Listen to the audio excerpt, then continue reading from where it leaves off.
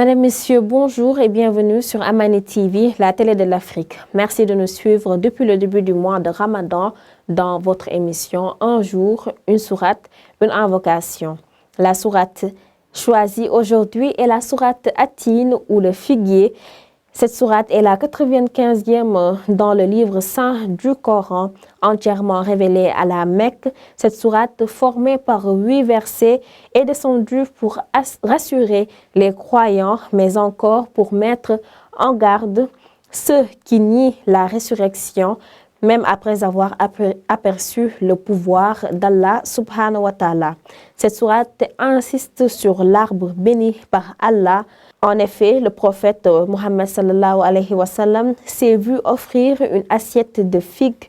Il a déclaré de suite, et après avoir mangé le fruit, mangez. Si je devais citer un fruit qui provient du paradis, ce serait bien celui-là, car les fruits du paradis sont sans noyau. Écoutez la récitation. Bismillahirrahmanirrahim. Wat-tini waz-zaytun. وطور سينين وهذا البلد الأمين لقد خلقنا الإنسان في أحسن تقويم ثم رددناه أسفل سافلين إلا الذين آمنوا وعملوا الصالحات فلهم أجر غير ممنون فما يكذبك بعد بالدين أليس الله بأحكم الحاكمين. Merci beaucoup pour cette très belle récitation.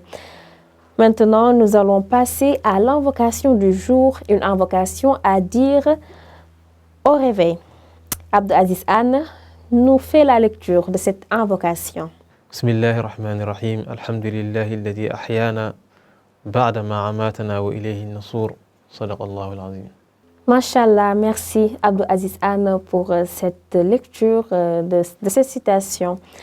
La rubrique consacrée aux compagnons du prophète Mohammed sallallahu alayhi wa sallam, c'est avec Abdoulaye Wade, et aujourd'hui, il nous a choisi comme compagnon Khalid ibn Walid. Suivons cette histoire. Merci beaucoup Adia, merci également à vous, amis téléspectateurs de Amani TV. Ce n'est pas la volonté de gagner qui rend victorieux, mais c'est le refus de perdre. Khalid ibn Walid n'était pas un perdant, il refusait de perdre. Ce compagnon-ci est un général invaincu. Il est surtout connu pour ses nombreuses prouesses militaires. Combattant invaincu, je l'ai dit, il est aujourd'hui considéré comme l'un des plus grands génies militaires de l'histoire. Son ardeur dans les champs de bataille lui vaut le surnom du sabre dégainé d'Allah. Khalid ibn Walid est originaire du clan Banu Makhzoum de la tribu mecquoise des Qurayshites. Il s'opposera d'abord aux prophètes et aux musulmans. Il va ensuite se convertir à l'islam lors du traité de Hudaybiyah.